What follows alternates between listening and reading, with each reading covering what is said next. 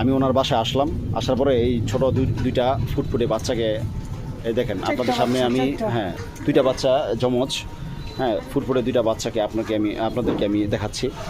আর এই যে একটা বড় ছেলে, হ্যাঁ বড় ছেলেটা, এই যে বড় ছেলে, ওকে ওই যে যমজ বাচ্চার এক বাচ্চা, আর একটা মেয়ে আছে, চারটা সন্তান। উনি খুব কষ্টে আছে, খুব কষ্টে। আপনাদের অবশ্যই মায়া লাগবে। এই যে দেখেন, এটা হচ্ছে যমজ বাচ্চার এক বাচ্চা, আর এটা হচ্ছে যমজ বাচ্চার আরেক বাচ্চা। হ্যাঁ দুইটা যমজ বাচ্চা, এ হচ্ছে বড় মেয়ে, এটা বড় ছেলে, তাই না? এই চারটা সন্তানের লালন পালন সমস্ত ব্যয় ওনার কাঁধে, এক মা ওনার কাঁধে। সারাটা দিন এই দুইটা বাচ্চা নিয়ে বিসিক এরিয়াতে ভাই ভিক্ষা করে, ভিক্ষা করে। কি বলবো, এই বাংলাদেশের পরিস্থিতি এরকম। ওনার বাবা, ওনার এই যে মেয়েগুলার বাবা প্যারালাইস হয়ে চিকিৎসাধীন অবস্থা চাঁদপুর আছে, আর উনি বিসিক এরিয়াতে মানুষের কাছে টাকা পয়সা তুলে এই যে ছোট ছোট বাচ্চা, মাসুম বাচ্চাদের চালাচ্ছে।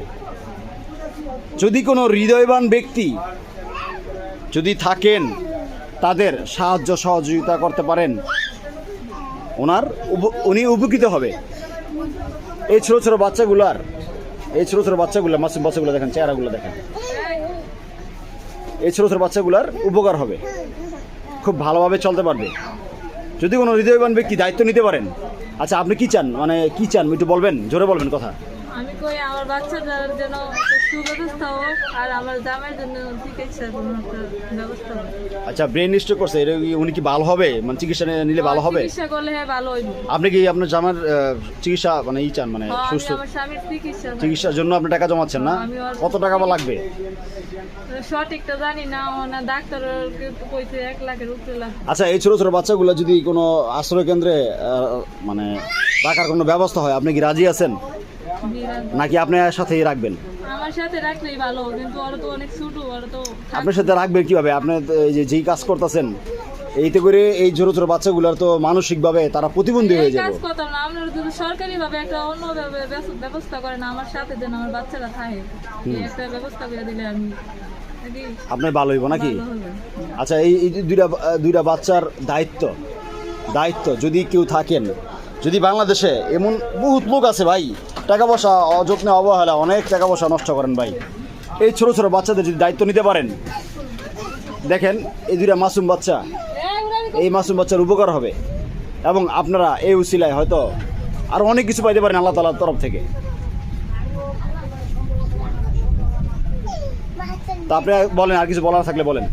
আমি শুধু চাই আমার স্বামীর চিকিৎসা হোক, আর আমার বাচ্চারা লইয়া আমি আমার বুকে লই যেন ভালো থাকি। আচ্ছা আপনার যদি কেউ দায়িত্ব নেয় বা কোনো টাকা পয়সা দিয়ে হেল্প করে, আপনি কি এই চাকরি ছেড়ে দিবেন? হ্যাঁ মানে চাকরি বলতে যে ভিক্ষাটা করেন, এটা ছেড়ে দিবেন? আমার তো অনেক অপমান অপদস্থ করে মাইছে। তাহলে কারণ আপনি তো ইয়ং মানুষ, তাই না? আমি ইয়ং মানুষ, আমি তো না পড়তে যাই, আমি তো পারতে চাই না ভাই। স্যার উনি কি বলতেছে যে না পারতে উনি মানুষের কাছে হাত পাতে। এখন আপনারা যদি কেউ দায়িত্ব নেন, তাহলে উনি কিন্তু এই মানুষের কাছে হাত পাতবে না।